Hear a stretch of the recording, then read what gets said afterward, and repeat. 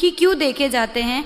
हम देखते हैं कि देवों को तो वहाँ कोई ज़्यादा काम भी नहीं है, भोजन पानी भी नहीं बनाना पड़ता है, उनका शरीर भी सप्त धातुओं से रहित है, तो उनको कोई शारीरिक बीमारियाँ भी नहीं होती है, इत्यादि अनेक प्रकार से उनको सभी अनुकूलताएं हैं, फिर भी उनको दुखी क्यों कह रहे हैं? इसी विषय को प्रस्तुत करने आ रहे हैं हमारे सामने विदुषी प्रज्ञा जी जैन। आप भी इंदौर में ही निवास करती हैं, आपने आत्मार्थी विद्या निकेतन से धार्मिक पढ़ाई पूरी की, आप 5th बैच के ही स्टूडेंट हैं और आपने बीएड और MBA कंप्लीट किया है और वर्तमान में आप ओम विहार कॉलोनी में यहीं इंदौर में बच्चों की पाठशालाएं भी लेती हैं। ऐसी आए प्रज्ञा जी और अपना विषय प्रस्तुत करें।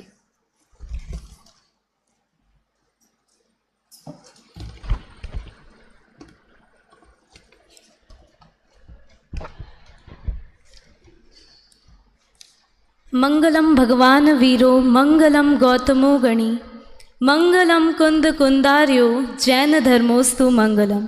सभा में उपस्थित आदरणीय अध्यक्ष महोदया एवं सभी साधर्मी जनों को मेरा सादर शुद्धात्म वंदन। आज की इस संगोष्ठी का विषय है, मेरा विषय है कि इंद्रिय सुख वाले देव भी सुखी नहीं है क्यों। तो इसी प्रवचन सार जी के ग्रंथ के ज्ञान तत्व प्रज्ञापन अधिकार के चौथे शुभ परिणाम अधिकार के प्रारंभ में 69 और 70 गाथा में आचार्य देव कहते हैं कि शुभोपयोग के साधन क्या है?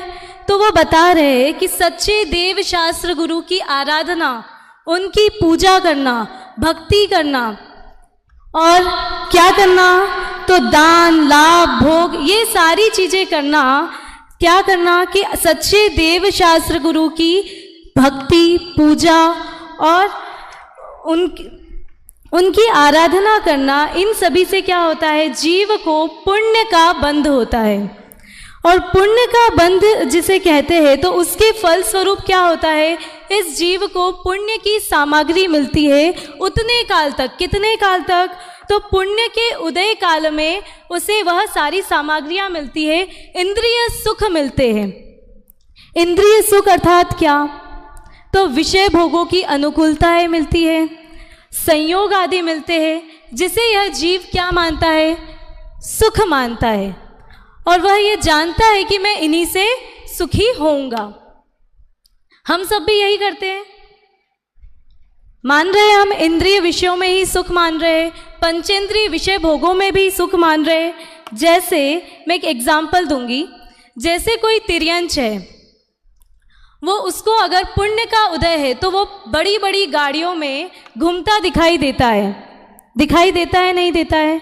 और वहीं पर अगर हम मनुष्यों को देखें तो मनुष्य के पास इतने पैसे ना होने के कारण, पुण्य का उदय ना होने के कारण उन्हें वह सारी सामग्रियां प्राप्त नहीं होती है। तो इससे हमें क्या प्रतीत होता है? कि इंद्रिय सुख ही सुख है। लग रहा है, नहीं लग रहा है? कि वो तिर्यंच गति का जीव होने के बावजूद बड़ी बड़ी गाड़ियों में घूम रहा है, और हम मनुष्य गति के जीव होने के बाद भी हम बड़ी बड़ी गाड़ियों को अफोर्ड नहीं कर पा रहे हैं। तो इससे क्या प्रतीत हो रहा है? कि इंद्रिय जनित सुख ही सुख है, इंद्रिय सुख ही सुख है। पर फिर आचार्य देव क्या कहते हैं 71 नंबर की गाथा में, कि वही जो इंद्रिय सुख है जिसके उन्होंने साधन बताए थे कि व्रत शील सच्चे देव शास्त्र गुरु की पूजा करना, इससे जीव को क्या प्राप्त होगा? तो इंद्रिय सुख की प्राप्ति होगी।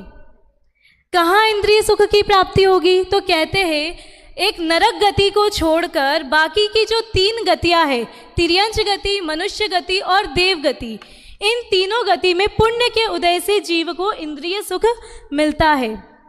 तो वहां पर फिर 71 नंबर की गाथा में कहते हैं कि यह जो इंद्रिय सुख बताया है यह भी वास्तव में दुख ही है, और वहां पर उसे सिद्ध करते हैं कि वास्तव में ये दुख है। कैसे है? तो यहाँ पर हम वो समझेंगे। उसके पहले यहाँ पर एक प्रश्न उठता है कि इंद्रिय सुख मतलब क्या? इंद्रिय सुख अर्थात सारी अनुकूलताएं, संयोग, विषय भोगों से जीव को प्रत्यक्ष वो हमें सुखी दिखाई देते हैं। जैसे देवों को पहली वक्ता ने बोला था, क्या बोला था कि देवों में सारी सामग्रियाँ है, देव गति में देवों को बहुत प्रचुर मात्रा में सारे संयोग मिले हैं, अनुकूलताएं मिली है। फिर यहाँ वो कह रहे हैं कि वो जो देव गति के देव है ना, जो आपको सुखी दिखाई देते हैं, आप उन्हें समझते हैं कि उन्हें विषय पंचेंद्रिय के विषय भोग प्रचुर मात्रा में मिले हैं, सबसे ज़्यादा सुख वहाँ है। तो फिर आचार्य देव कहते हैं कि वह जो देव गति के देव है वे भी वास्तव में सुखी नहीं है। तो यहाँ पर वो शिष्य प्रश्न करता है कि हमें तो वो प्रत्यक्ष में सुखी दिखाई देते हैं, उन्हें क्या दुख है। अगर किसी से भी पूछा जाएगा कि आप कहाँ जाना चाहते हैं, तो कोई नरक गति तो नहीं बोलेगा, क्या बोलेगा, देव गति में जाना चाहता हूँ। तो वह भी ये जानता है कि देव गति में, यही मानता है वो कि देव गति में सुख है, और इंद्रिय सुख को ही वो सच्चा सुख मानता है। तो यहाँ पर वही प्रश्न है शिष्य का कि उसमें मुझे तो कुछ दुख दिखाई नहीं दे रहा है, वह तो मुझे सुखी ही दिखाई देते हैं, तो आप उसे दुख क्यों बताते हैं। तो आचार्य देव यहाँ पर 71 नंबर की गाथा में उसका समाधान करते हैं, जो कि आज का हमारा विषय भी है, कि वास्तव में जो वो मनुष्य, तिर्यंच और देवों को अनुकूल संयोगों की प्राप्ति होती है, पंचेंद्रिय विषय भोगों के सुख मिलते हैं, वास्तव में तो वह सुख नहीं है। क्यों नहीं है? क्योंकि उसमें भी जीव को अनुकूलता ही होती रहती है, और वो जिन विषय भोगों से के साधनों में सुख मानते हैं, वास्तव में वो सच्चा सुख नहीं है, निराकुल सुख नहीं है, मात्र क्या है, सुखाभास है। जैसे कोई जीव भांग के नशे में हंसता हुआ हमें दिखाई देता है, तो क्या वह खुश है? क्यों, हंसता हुआ तो दिखाई दे रहा है ना, तो क्या वह सुखी है, खुश है?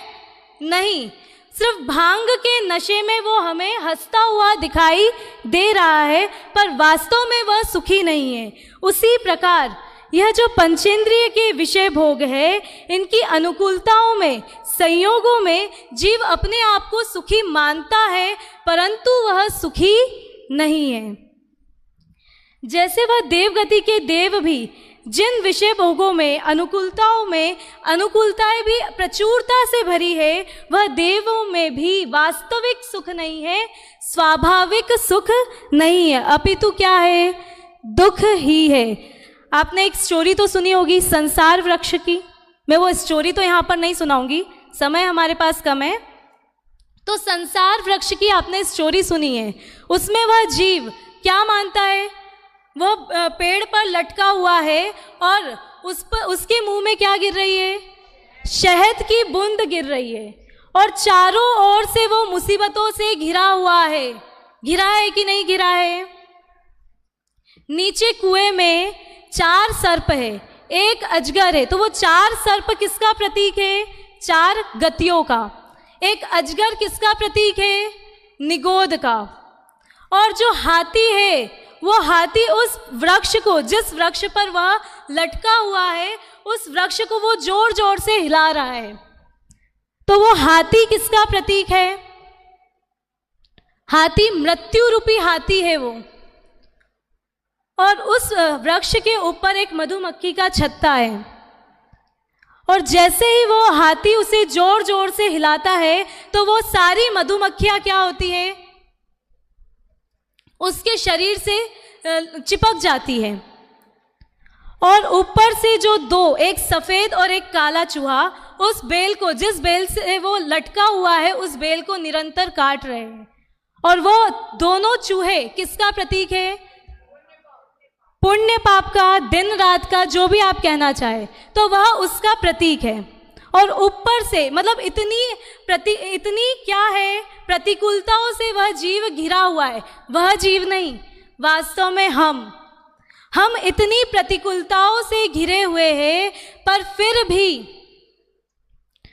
फिर भी उसे किसकी पड़ी है कि वो शहद की बूंद जो उसके मुंह में गिर रही है, एक एक बूंद जो गिर रही है वो उसको आनंद दे रही है।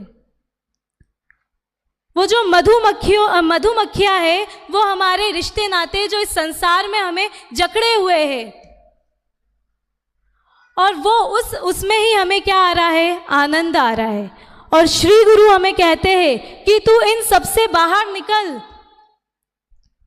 लास्ट संगोष्ठी में हमने समय सार जी के ऊपर तत्व चर्चा की थी, तब भी हमने तत्व चर्चा में की थी, तो उसमें भी कुंद आचार्य ने एक ही समय सार जी में क्या बताया, समय नाम आत्मा, आत्मा की ओर दृष्टि कर, यह बताया। यहाँ पर भी श्री गुरु क्या कह रहे हैं कि ये जो इंद्रिय सुख को वास्तव में हम सुख मान रहे हैं, वास्तव में वह सुख नहीं है।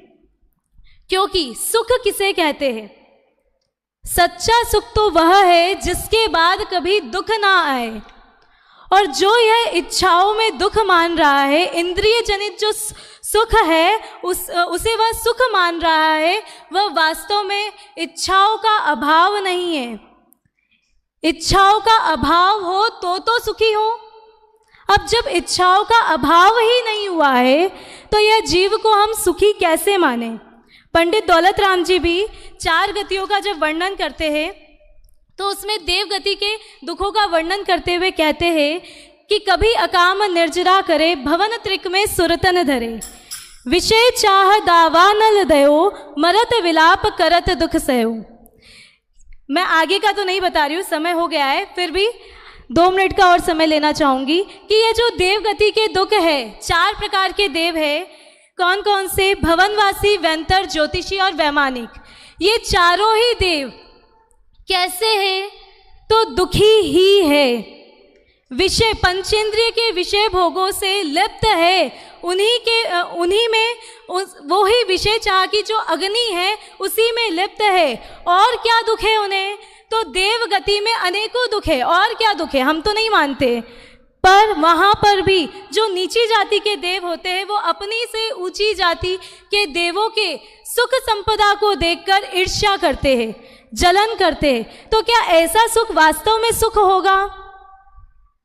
नहीं, ऐसा सुख वास्तव में सुख नहीं है। इच्छाओं का निरोध होने पर ही सुख होता है।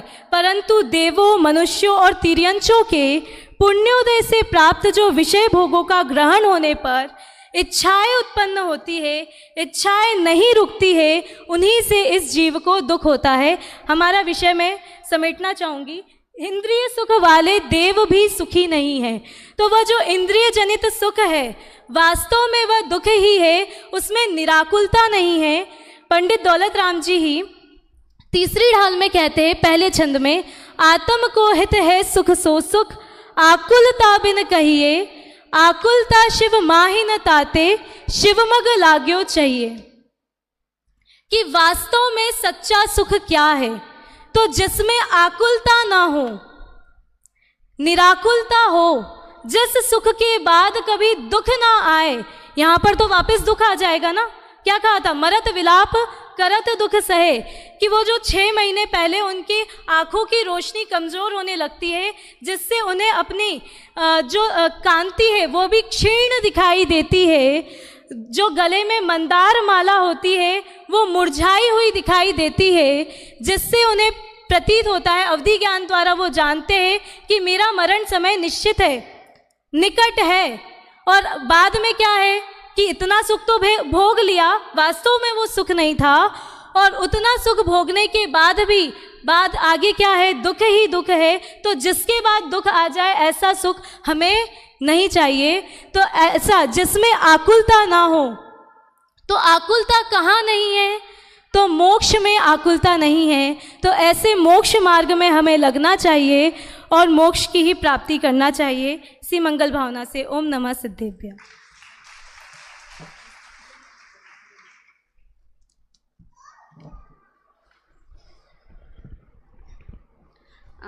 बहुत बहुत धन्यवाद छवि जी का, प्रज्ञा जी का, जिन्होंने बहुत सुंदर तरीके से हमको बताया कि जो हम अपनी देवों की महिमा गाते रहते हैं, हमसे कोई भी विलिंगली पूछता है आप कहाँ जाना चाहते हैं, तो क्या देव गति ही ऑप्शन चूज़ करते हैं। तो चलिए ये विषय सुन के हमारी ये भ्रांति तो मिट गई होगी कि वास्तव में देव गति में भी सुख नहीं है। चलिए लास्ट बट नॉट लीस्ट, अब अंतिम वक्ता के रूप में मैं स्वयं आपके सामने प्रस्तुत हूँ, जिसमें मेरा विषय है पुण्योदय से होने वाला सुख सुखाभास है। अब आप लोग सोच रहे होंगे शुरू से जब से गोष्ठी शुरू हुई है ये लोग इंद्रिय सुख पे पुण्य पे ही कुटाराघात करते हैं और हम तो उसी की चाह करते रहते हैं दिन भर। तो आइए हम जानते हैं कि कैसे पुण्य उदय से होने वाला जो सुख है वो सुख नहीं है, सुखाभास है। विगत हमने 72 नंबर की गाथा से देखा कि आचार्य देव बताते हैं कि जो शुभ उपयोग है और अशुभ उपयोग है दोनों को एक ही समान कहा। लेकिन फिर से यहाँ पे शिष्य को प्रश्न खड़ा होता है